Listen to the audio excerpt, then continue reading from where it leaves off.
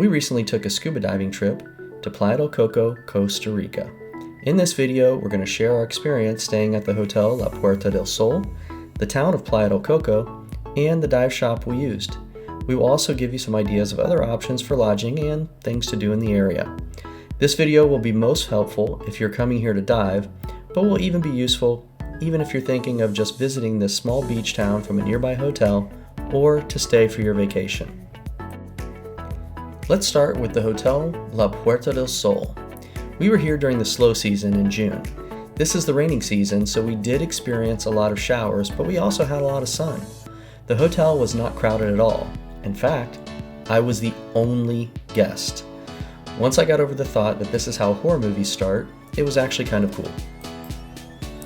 The rooms are pretty nice and the staff was friendly. Nothing fancy, but for the price, very reasonable. The only complaint was that there were ants, and quite a few of them. There's a small pool and the grounds were absolutely beautiful. There's a bar and a restaurant here. The food was good and there were actual local people coming in and out during my stay to eat and drink, which is always a good sign towards the quality. On the weekends, they will bring in bands.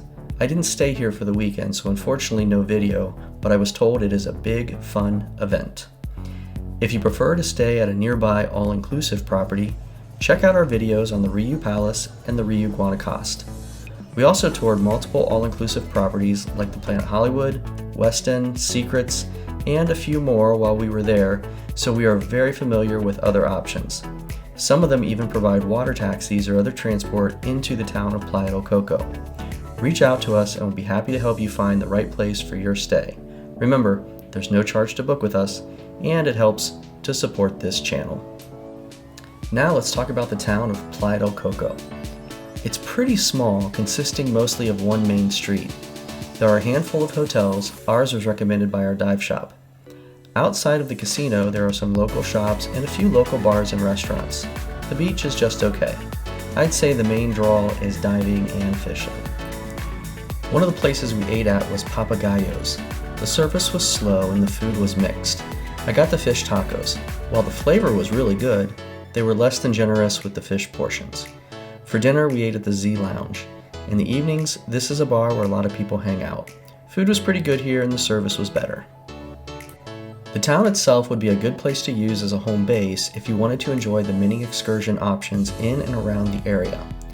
We recommend the Diamante Eco Adventure Park because it's close and actually has a lot to offer. The highlight for us was the zip lining. They also have a nice small zoo here where you can see a lot of the animals you think of when you think of Costa Rica, along with other activities like horseback riding and ATVs. The main reason we came here was for diving. Guanacaste is known for having the best dive sites in Costa Rica. I cannot recommend Rich Coast divers enough. They were so helpful, from finding a place to stay relatively close to the dive shop to hooking me up with a private driver. They were awesome. They were also really good at running a dive operation. FYI, the dive shop is a few blocks away from the beach where you will pick up your boat right from shore. We didn't have to carry any heavy gear down, but you will be carrying your own kit. Someone from the shop will walk you down and stay with you until you are picked up. I know it's a small detail, but those matter. Depending on the time of year you go and how much rain there has been, your visibility will vary. We were there during rainy season, which runs May through December. The visibility was around 20 to 50 feet. Water temperature was around 78.8 degrees, and I was comfortable in a full 3mm wetsuit.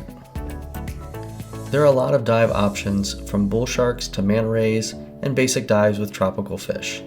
There is some seasonality and you will need to dive with them before they will take you out to the more advanced dives, so be sure to plan enough time if you want to hit multiple dive sites. I'm looking forward to my next trip to Costa Rica, and Playa del Coco will be on the list, so yes, I would definitely recommend it. However, I'd also recommend working with a travel professional to plan it. There are so many things to do, yet so many of them are spread out. It's easy to get overwhelmed when you're planning a trip, and accommodations range widely here in quality. If you would like more information about the area or the reuse, check out our other videos from our trip in the links below, or better yet, give us a call. Thanks for checking out this episode of 5 Minute Review. If we've inspired you to travel and you're not already working with a travel professional, consider giving our team of experts an opportunity to help you plan your next great adventure. We don't charge for our planning services, and our suppliers match their online pricing.